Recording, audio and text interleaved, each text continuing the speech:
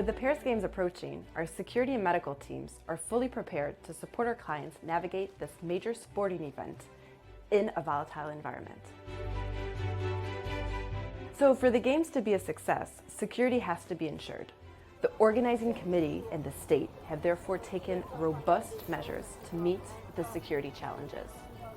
Their goal is truly to saturate the public space with security, notably in the immediate vicinity of any competition or non-competition venues.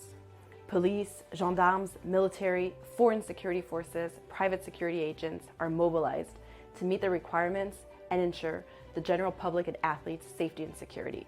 We're talking about the biggest mobilization of security forces in France since World War II. With regards to the risk of opportunistic crime, it's part of the Paris threat environment.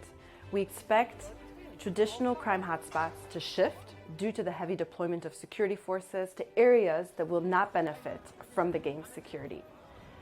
Also, such sporting events are festive moments during which people tend to forget their personal security reflexes. And for many people attending, France and Paris are unfamiliar environments due to the language barrier and to cultural differences.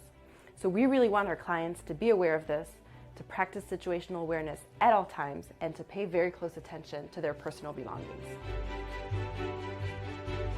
So we know that demonstrations and strikes take place on a regular basis and throughout the country. They're most prevalent in the capital, Paris. The protest-prone landscape has been made more complex by the unexpected call for snap legislative elections following the dissolution of the National Assembly.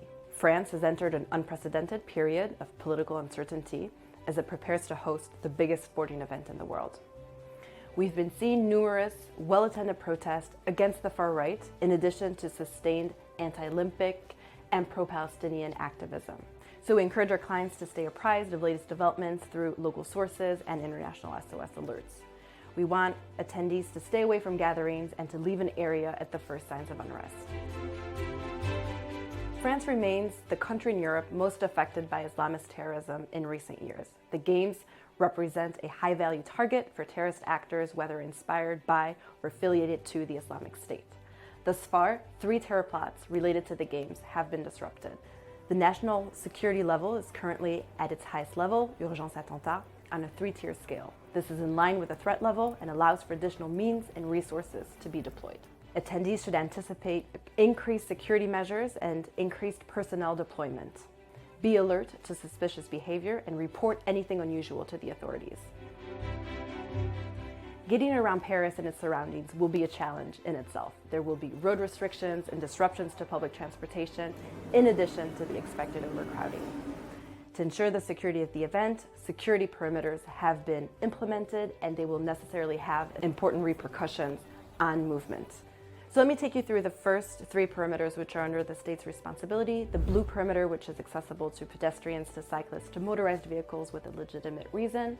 The red perimeter, which is accessible to pedestrians and cyclists, but prohibited to motorized vehicles, except in the case of exemptions and a Games pass. And then the black perimeter, which is the protective perimeter where people and personal belongings entering the competition venues will be searched. And last but not least, the 4th perimeter is under the responsibility of the organizing committee. This is the gray perimeter, so in the immediate vicinity of competition sites, allowing only athletes, spectators with tickets, and accredited personnel to actually enter the competition venues. No general public vehicles are authorized. It's important to note that the blue and the red perimeters will be activated each day, 2 hours and a half before the start of the first competition and lifted an hour after the end of the last competition.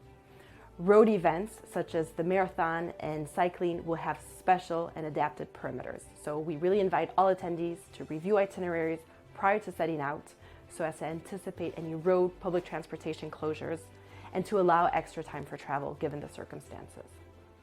International SOS is supporting its client organizations in many different ways.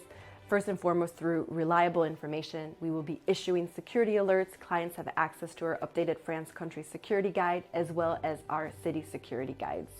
For clients seeking a very granular, tactical understanding of the security environment on a daily basis, we will be producing a daily threat monitoring report on the projected and current threat environment related to the Paris Games. We will also be standing up a team dedicated to the Paris Games for comprehensive assistance encompassing the medical, the security, and the logistics function. Lastly, we have further been supporting our clients with very bespoke solutions such as awareness sessions, event support plans, crisis management exercises, amongst others.